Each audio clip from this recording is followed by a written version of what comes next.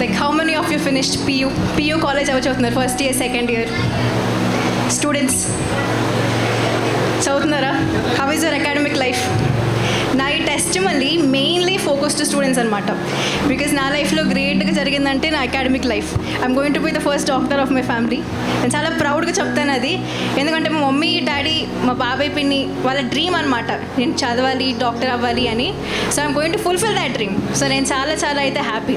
So first చిన్నప్పటి నుంచి బాగానే చదువుతున్నాను, normal as usual, above average student. Okay fine. నా 10th బోర్డ్ ఎగ్జామ్స్ అప్పుడు కరెక్ట్గా పీక్ టైం ప్రిపరేషన్ నాకు డెంగ్యూ వచ్చింది. 2 days ఐసీయూలో ఉన్నాను, అడ్మిట్ అయ్యాను. బోర్డ్ ఎగ్జామ్స్ అంటే అప్పుడు 10th చాలా స్ట్రిక్ట్, తెలుసు అందరికీ ప్రిపరేషన్స్ ఎలా ఉంటుందని.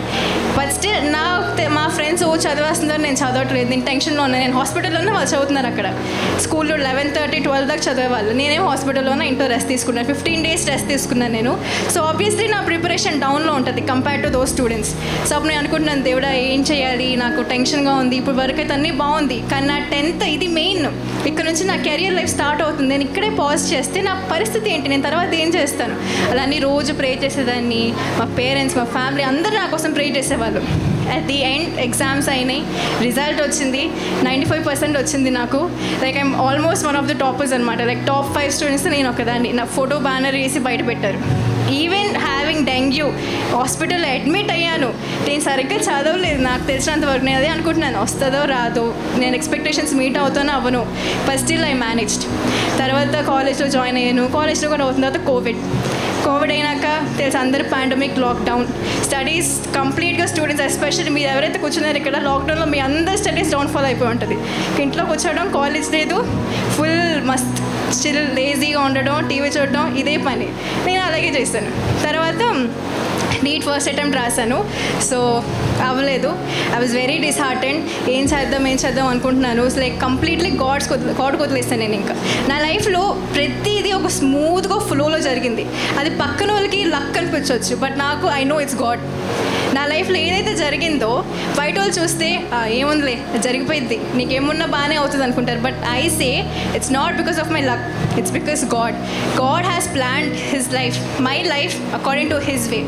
సో నేను ఆయన నమ్ముతున్నాను. నా లైఫ్లో ఏం జరిగినా అది దేవుడికి అప్పగించండి. మీ లైఫ్లో కూడా ఏదైతే ఉన్నా ఇది, if you are stressing about anything, academics కానీ ఇప్పుడు మీకు ఏమైనా కావాలన్నా మీకు ఒక ప్లాన్ ఉంటుంది, అది దేవుడి ముందు పెట్టండి. ఖచ్చితంగా far sure it will happen.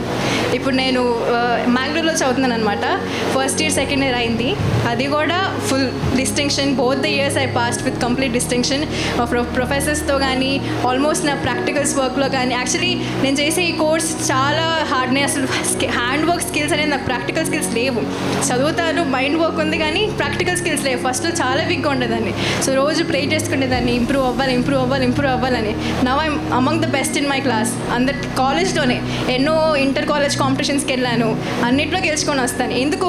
It's not because of my capability. నేనేదో గొప్పదాన్ని, నేనేదో చెప్పేస్తానని కాదు.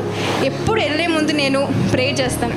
బాబాయ్ ఫోన్ చేసి కానీ, అమ్మమ్మకి ఫోన్ చేసి కానీ, మమ్మీ ఫోన్ చేస్తే కానీ, ఫస్ట్ ఎక్కడికి వెళ్తున్నా కూడా ప్రే చేయి. ఇది ఒక్కటి మీరు కూడా అలాగే చేస్తే మీ లైఫ్లో కూడా always will be number 1, always will be shining అనమాట. సో ఇక్కడ రిక్వెస్ట్ ఏంటంటే ఇక్కడున్న స్టూడెంట్స్ అందరికీ మీరు ఎంత కన్ఫ్యూజన్లో ఉన్నా, ఏం చేస్తున్నా, ఫస్ట్ మీ బర్డెన్ వెళ్ళి దేవుని ముందు పెట్టండి. అది ఖచ్చితంగా సక్సెస్ఫుల్ అవుతుంది. Okay, thank you.